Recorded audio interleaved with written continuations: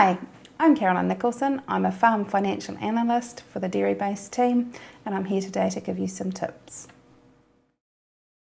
Right, today we're doing page 3 of our Level 1 Farm Physical Questionnaire. You can see here that we're starting at our labour. If you want to view page 1 or page 2, you can see the training videos on www.dairybase.co.nz on our training tools site.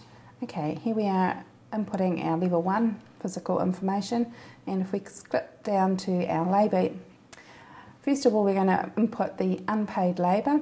This is any of the family or staff that are on the farm but don't receive any wages. In most cases there'll be a management option. We can see here that the number of weeks are in our first area, and then the number of hours that they work per week, an average number.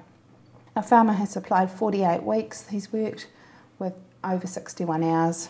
So this hasn't changed from last year, and you can see that it's pre-populated through.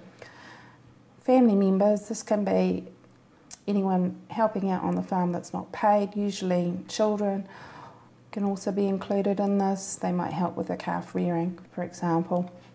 By typing this in, we've got one staff member who works 16 to 25 hours a week and one who works for 10 hours. So you're just selecting add new, and they work for 8 hours or less.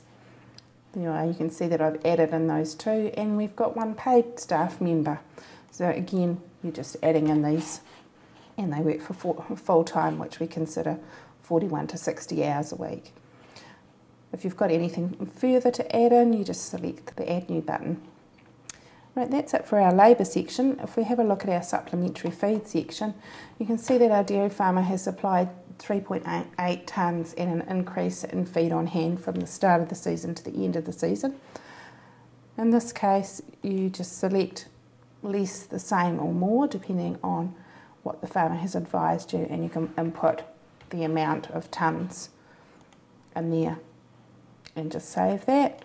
Or alternatively, if you've got further details, in this case the farmer has filled out the further details, you just need to hit the calculate button beside, and you can see that further information will come through. We'll just drop down to there. We have our supplementary feed bale size. A farmer may let you know that they have a 10 size equivalent, so you just need to change your hay bale size depending on what they have advised to you. And in this case, yeah, no change in the rat grass silage. You need to make sure that you change the beginning of the year and the end of the year if there's any changes there, yeah, to correctly calculate. So in this case, the hay bales, he's had 15 bales on hand at the start of the year and 20 at the end. We advise on what form that we want. So if they've advised grass silage, we need metres cubed, or maize silage metres cubed as well. Meal in tonnes, and other feeds, if they've supplied it in dry matter, you just need to input that information down the bottom here. So in this case, this farmer has supplied us with some other details of feed that they may have on hand. And you just need to input the figures. At the bottom here on the orange button says calculate. If you select that, you can see that we originally had 0 there, and it's calculated at 3.8 tonnes of dry matter, and we just changed that from more, the same or less, depending on which way the movement has been.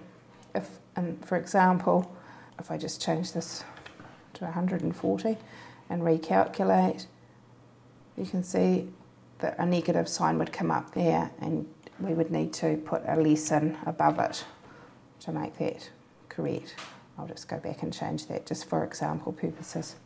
That's it for page 3. In future videos we'll input page 4. Thanks for joining us today. I'm Carolyn Nicholson, and I look forward to seeing you on the next video tutorial.